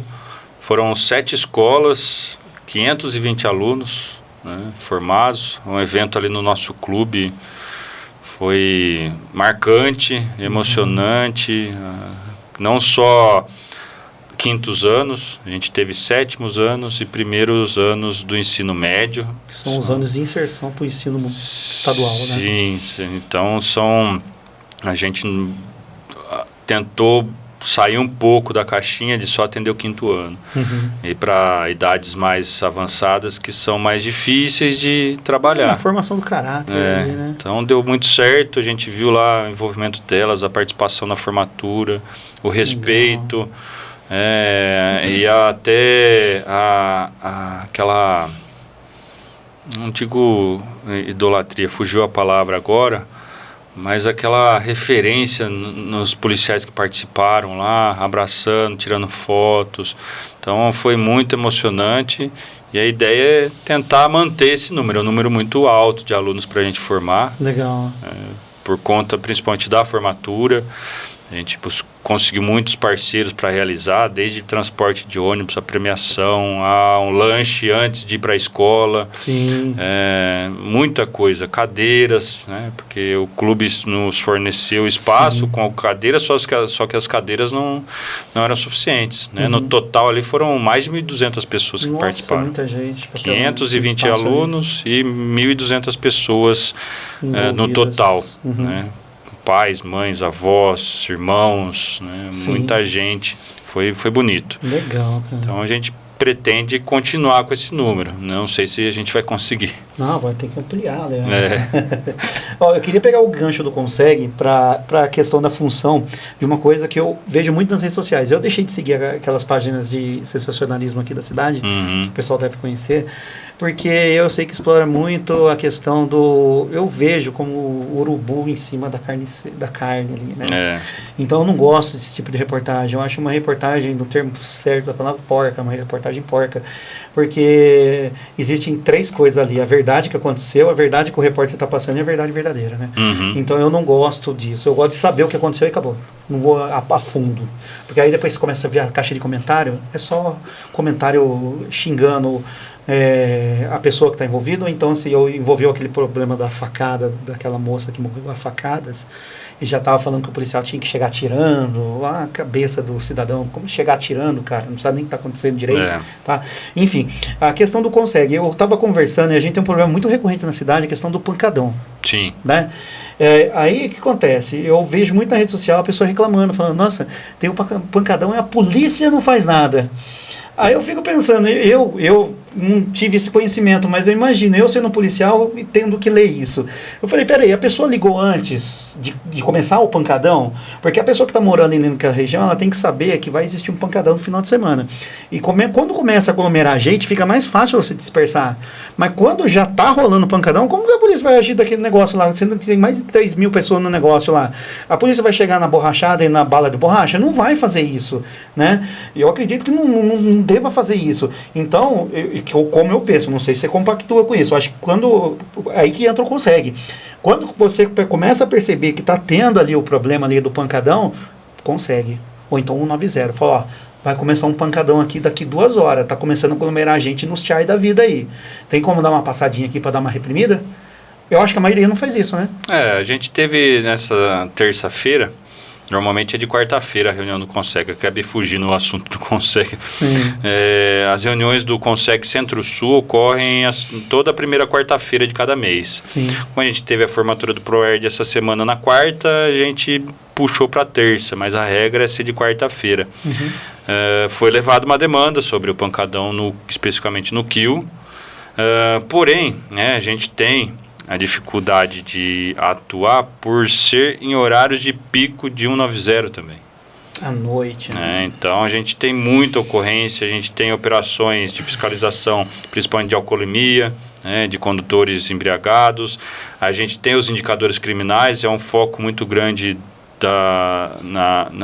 no meu planejamento combater roubos. Fala-se muito que a PM tem que prender bandido. Né? Principalmente quando você aborda alguém, né? Vai prender bandido, né? Não, a gente tem que prevenir. Se prender um bandido é porque alguém foi vítima. Né? A vítima não vai corrigir o que aconteceu com ela se a gente for prender. É uma resposta imediata. Exato. Mas o foco nosso, preocupação maior ainda do que prender um criminoso é que não ocorra o crime. Então a gente tem o planejamento focado para isso, e aí coloca-se na balança roubo, perturbação de sossego, né? Roubo com arma, né? Risco à vida da vítima. Vai dar preferência pro outro lado. A gente prioriza esse planejamento. Né? A gente já teve conversas com o Poder Público Municipal, foi sugerido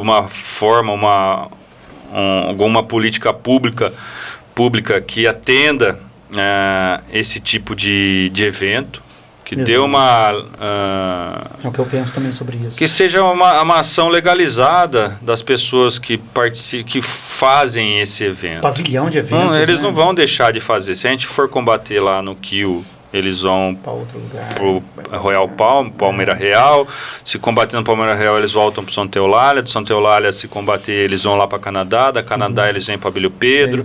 E fica nessa situação, cada momento a gente correndo atrás. Chugando gelo, né? Então, tem que enxergar como uma política pública a ser desenvolvida para atender isso, legalizar o evento, né? Há eventos de funk legalizados mundo afora. E sendo uma política pública, tem regras, e as regras podem ser fiscalizadas, né? E controlar um pouco melhor a situação. Sim, né? sim. Não vai dar certo, não dá para saber, não foi feito. Exato. Se foi feito e não deu certo, aí a gente... tenta remodelar. Então é necessário isso, enxergar que essa faixa etária, esse grupo de pessoas, ele não vai deixar de fazer a sua curtição. Né? E a forma que ele tem desordenada, né, é fazer dessa maneira, fechar a rua, carro com 1 tonelada de som, né, e aí chai, e facilita o tráfico de drogas, dificulta a nossa repressão, né, porque é um ambiente descontrolado. É necessário uma análise de alguma forma controlar e deixar isso como um evento da cidade, né? Então a gente tem trabalhado para tentar reprimir, mas são vários fatores, como eu disse, né? As pessoas acham que é fácil. Não é só ir lá, que nem você falou, é bala de borracha. Não é simples. A gente tem a preocupação de não ter que atuar para lesionar.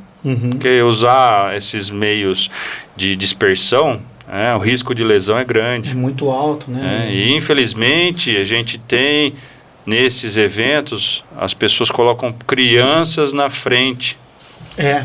Exatamente. Né? E a criança, a altura da criança, o policial tem um método para utilizar o elastômero, a bala de borracha, na linha da cintura. A criança, a cabeça, o olho da criança está em que linha de disparo? Na cabeça, né? Na linha da cintura de onde a gente aprende a atuar. Então, a gente já teve episódio aqui em Limeira, há quase 10 anos, onde uma criança perdeu a visão, só que a gente deu sorte de ter uma equipe de televisão, salvo engano a Record, tinha aqueles programas Operação de Risco, Polícia 24 Horas, estavam acompanhando. Então, tinha filmagem desse grupo de pessoas que estava fazendo essa baderna, colocar a criança na frente.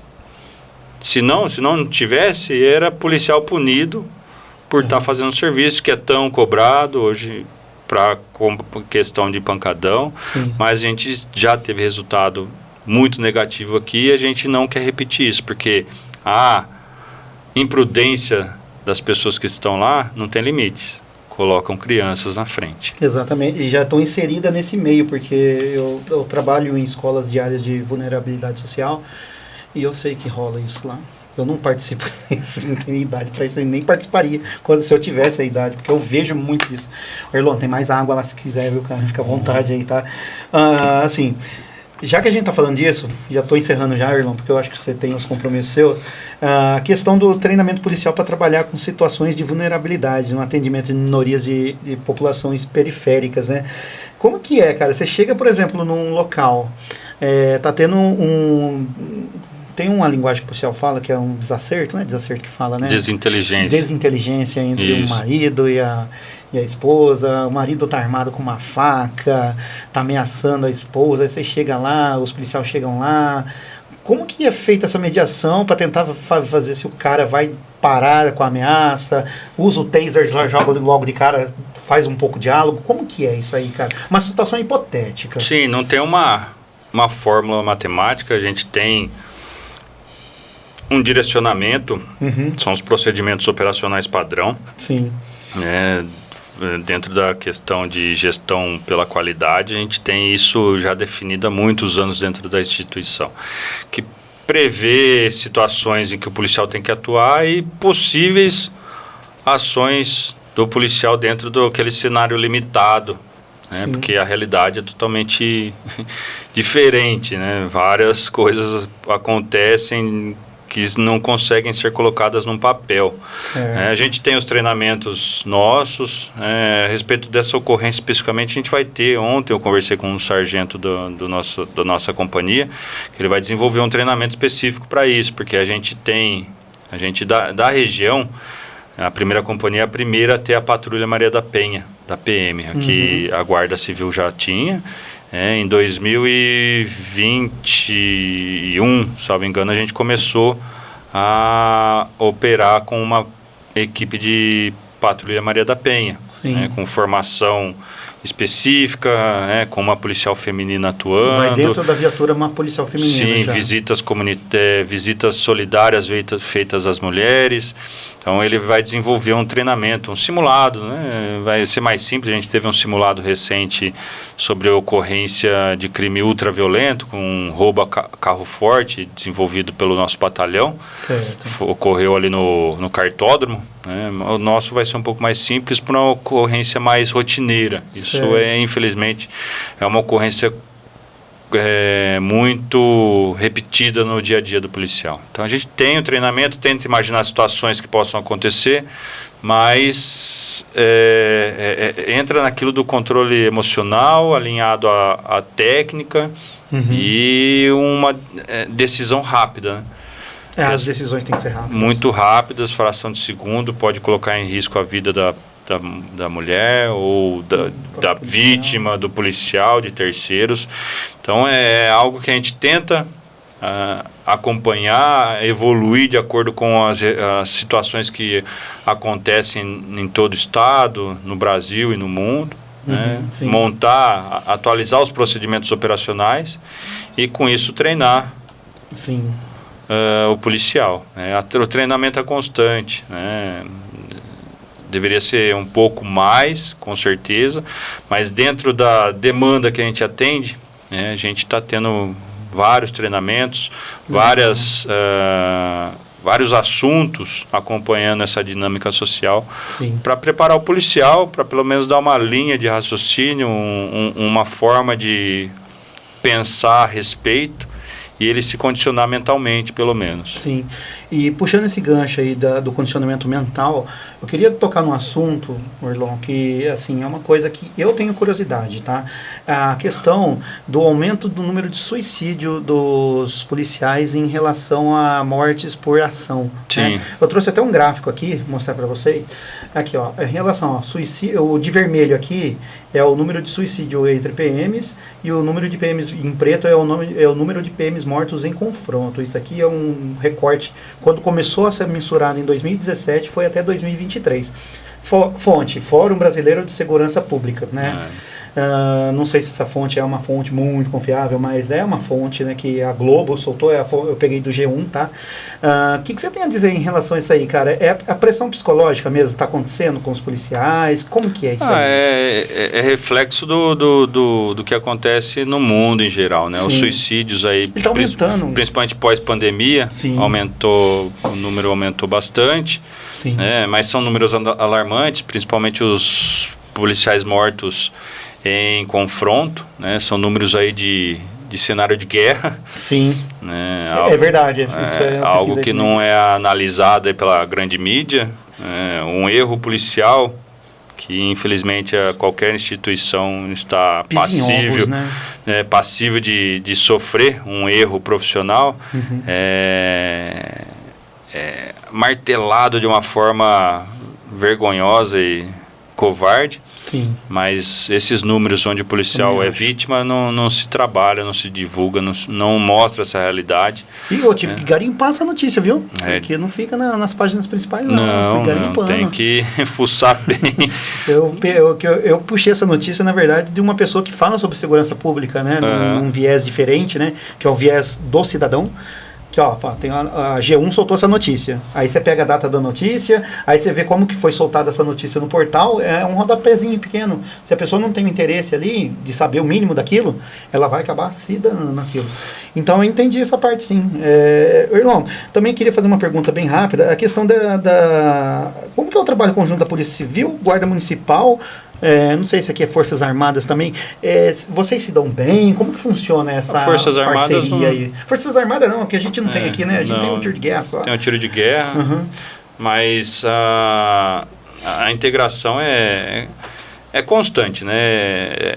A gente não tem, assim, uma forma rotineira de trabalhar junto. Sim. Mas a gente tem demandas que necessitam a integração e a integração ocorre muito fácil. Sim. Até a respeito dos pancadões, esse ano, por exemplo, acho que desde o final do ano passado, a gente teve um controle muito efetivo feito pela Guarda. Sim. Um alinhamento, a gente... Desde 2019 que eu assumi, né, é recorrente esse problema, principalmente no CIO, que é na minha área. Sim. A gente tentou trabalhar, né? Na pandemia conseguiu controlar bastante, porque as demandas criminais diminuíram muito. Com o retorno da pandemia, com o retorno da normalidade pós-pandemia, os crimes começaram a aumentar e aí o foco nosso foi prevenção. E eu agradeço a Guarda, sempre conversando com o comando da Guarda, o controle foi muitas das vezes feito por eles. Certo. E a maioria dos finais de semana foram controlados. Porém, só que controlava no CIO, aquilo que ia para outro local. A comunicação muito rápida e o deslocamento rápido e a tomada do ambiente ali também é muito rápida por essas pessoas. Sim. Então a integração é algo que existe, a gente precisa melhorar em vários aspectos, né?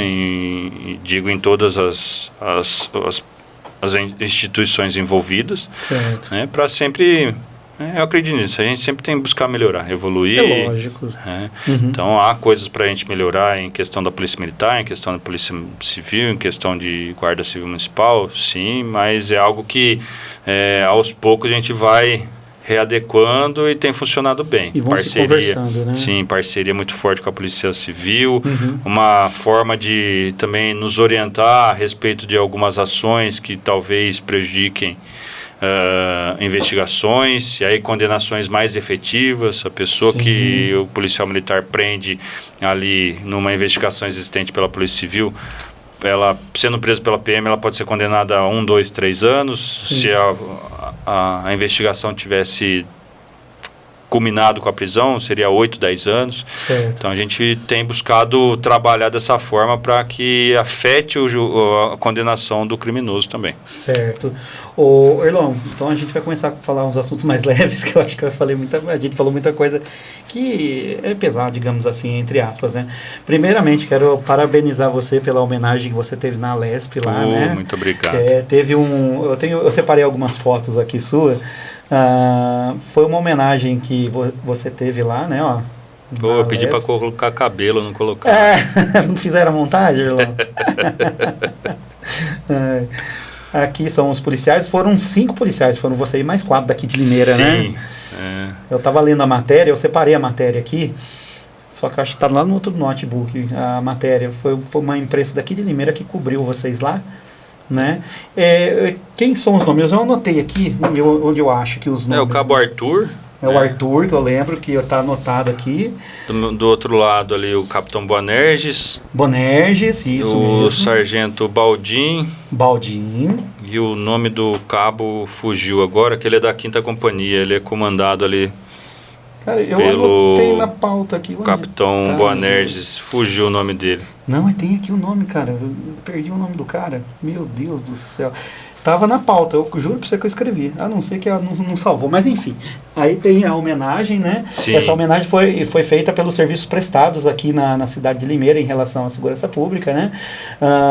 Tem uma PM feminina aqui e isso aqui é a Sargento Valéria, que trabalhou aqui na companhia 5 anos, né? Sim. Desde que eu assumi, ela trabalhou comigo ali na parte de planejamento, né, de condução do serviço administrativo. Sim, sim. E aí, recentemente, ela foi para o BAEP. Legal. Né, e esse aqui é um veterano? Esse é um veterano, fugiu o nome dele. Ali, são 2 veteranos do Exército. Esse senhor do centro, ele serviu na missão de paz no canal de Suez. Salvo engano. Uhum. E o amigo ao lado ali, o Marco Aurélio, está no centro, de terno escuro, foi quem nos indicou. Certo. Ele também é veterano, primeiro sargento do Exército, também participou de missão da ONU. E o Jaqueta, do lado do Marco Aurélio, o outro veterano. Eles fazem parte da BIFIP, que é a Associação Brasileira de Forças Internacionais de Paz da ONU. Sim, sim. Tem uma rotina de congratular e de fugiu o termo agora, de reconhecer os serviços prestados por policiais militares. Boanerges, os Imbres, o Cabo Zimbres e o Arthur, durante o evento, Capitão Telhada, né, que deputado estadual, a parceria dele com a BIFIP também. Sim. Foi muito emocionante e um privilégio estar nesse evento, compor a mesa ao lado das autoridades, do Capitão Telhada. Sim. Então é um trabalho, na verdade, como eu disse pro pessoal da minha companhia, eu não vou falar que foi o rostinho bonito, que não, eu vou mentir demais. Mas eu fui a pessoa que representou a companhia. Esses serviços prestados, são serviços realizados por todo o efetivo da primeira companhia.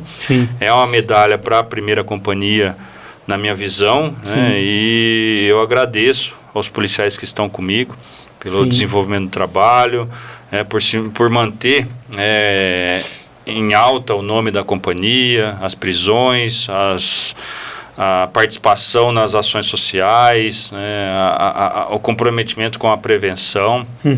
Então é fruto de um trabalho de diversas mãos, braços, cabeças, almas comprometidas ali com a segurança pública em Limeira. É um conjunto, a gente recebe só elogios. Cara, eu perguntei sobre algumas pessoas, sobre você, cara, é só elogio, só tem elogio, cara. Muito mentiroso, hein? Não sou mentiroso, não tô falando. Não, muitos mentirosos. Será? Eu falei, não. A gente busca, Porque você teve um trabalho também no seu batalhão, quando você chegou em 2019 no seu batalhão, você fez uma parceria público-privada para fazer a reforma do batalhão, não foi? Foi algo ali difícil de se completar por conta do prazo, né? Foi um ano, e o ano da pandemia. E buscar parceiros na pandemia exigiu muita falta de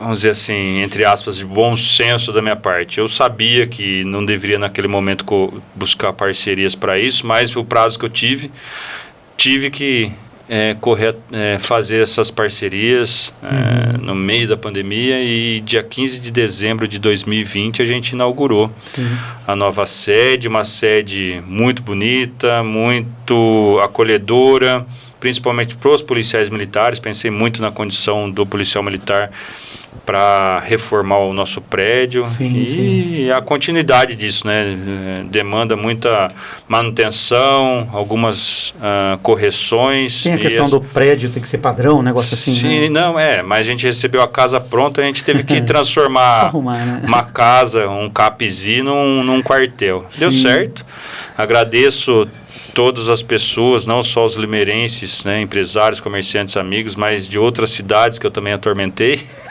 para conseguir fazer esse quartel acontecer.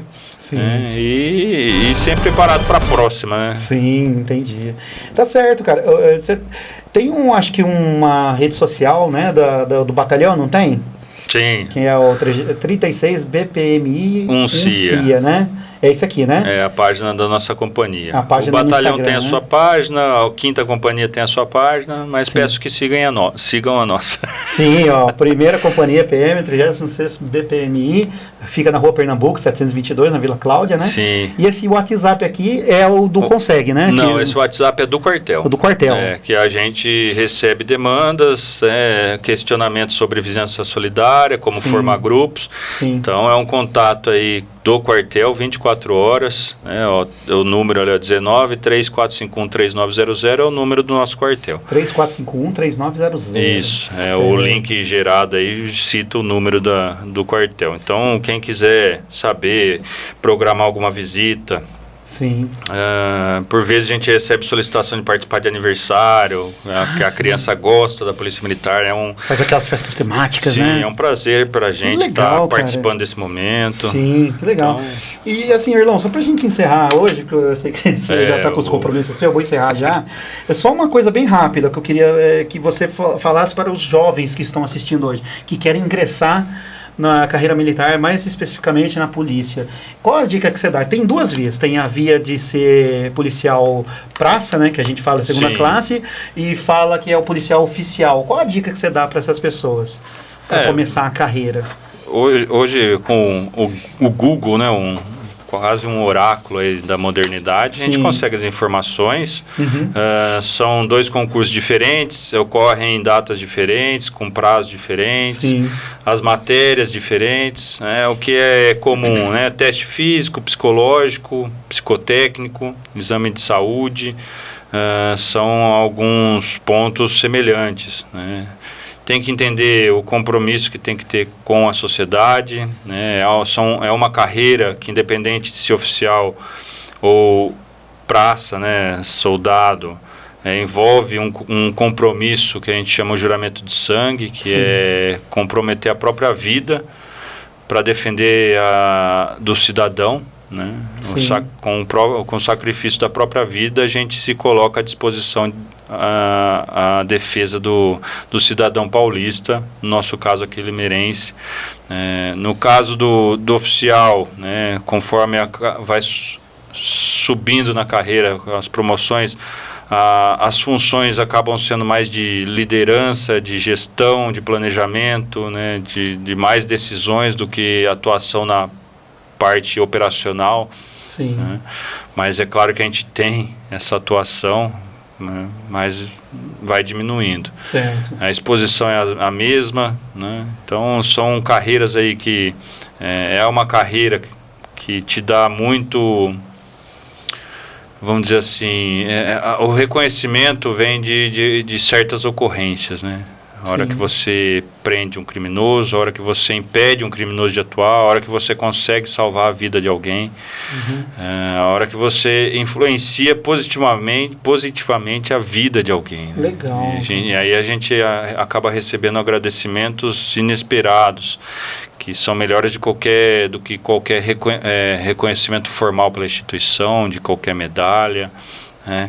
E eu falo que a maior recompensa, de fato, é encerrar o serviço e ir para casa tranquilo, abraçar a família e dormir um sono sem fantasmas Sim, nos assombrando, né?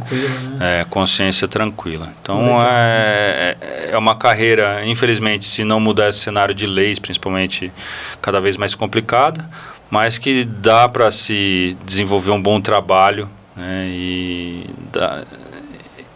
E ter um pouco da participação do policial na melhoria da sociedade. Legal, Erlon. Eu tenho certeza que você, assim como os outros policiais aqui da cidade que fazem parte do seu grupamento, são inspirações para a nova geração, tá? Pessoal, eu tive a honra aqui de estar com o Erlon aqui, ó, 1h48, estar com essa pessoa desse calibre aqui, é uma honra para o Fala Limeira, para mim particularmente. E eu estava um pouco inseguro, porque eu falei, eu vou estar conversando com uma autoridade da cidade, e a gente tem que conversar e, tipo, tocar em assuntos que a gente sabe que talvez sejam espinhosos, mas Cara, eu assisti o seu podcast antes, eu falei, cara, o cara consegue conversar tranquilamente, não é à toa que está no cargo que está, é super competente, né?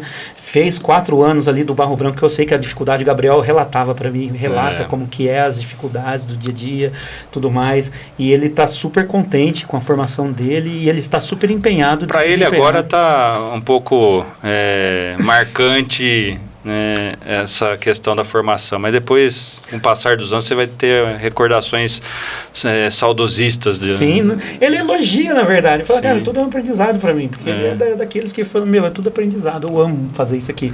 Mas é bom demais. E eu só quero ver se eu consigo ir para Limeira, que é meu berço ali, Tomara que venha. Estar perto do meu pai, da minha mãe, da minha esposa, da minha filhinha, né? Bem-vindo ao mundo rosa, o Missuquinha. Aí, ó, bem-vindo ao mundo rosa, cara. Pessoal, muito obrigado, Erlon. Mais uma vez, muito obrigado pela sua presença. Foi uma honra ter você aqui. Igualmente, tá? É um privilégio estar participando, sendo voz da PM em alguns assuntos, levando informações diferentes, curiosidades, né? É importante para a instituição ter essa voz, ter esses momentos para chegar às pessoas, para que elas conheçam e escutem coisas diferentes, né? Algo que talvez não conheçam, não sabiam que existia. Sim. Então, mais uma vez, obrigado, a gente está à disposição. Cara, obrigado a você, foi uma honra de verdade. Pessoal, muito obrigado.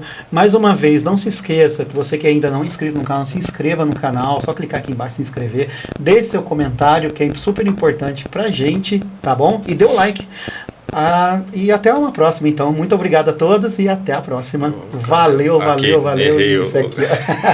Valeu, até mais.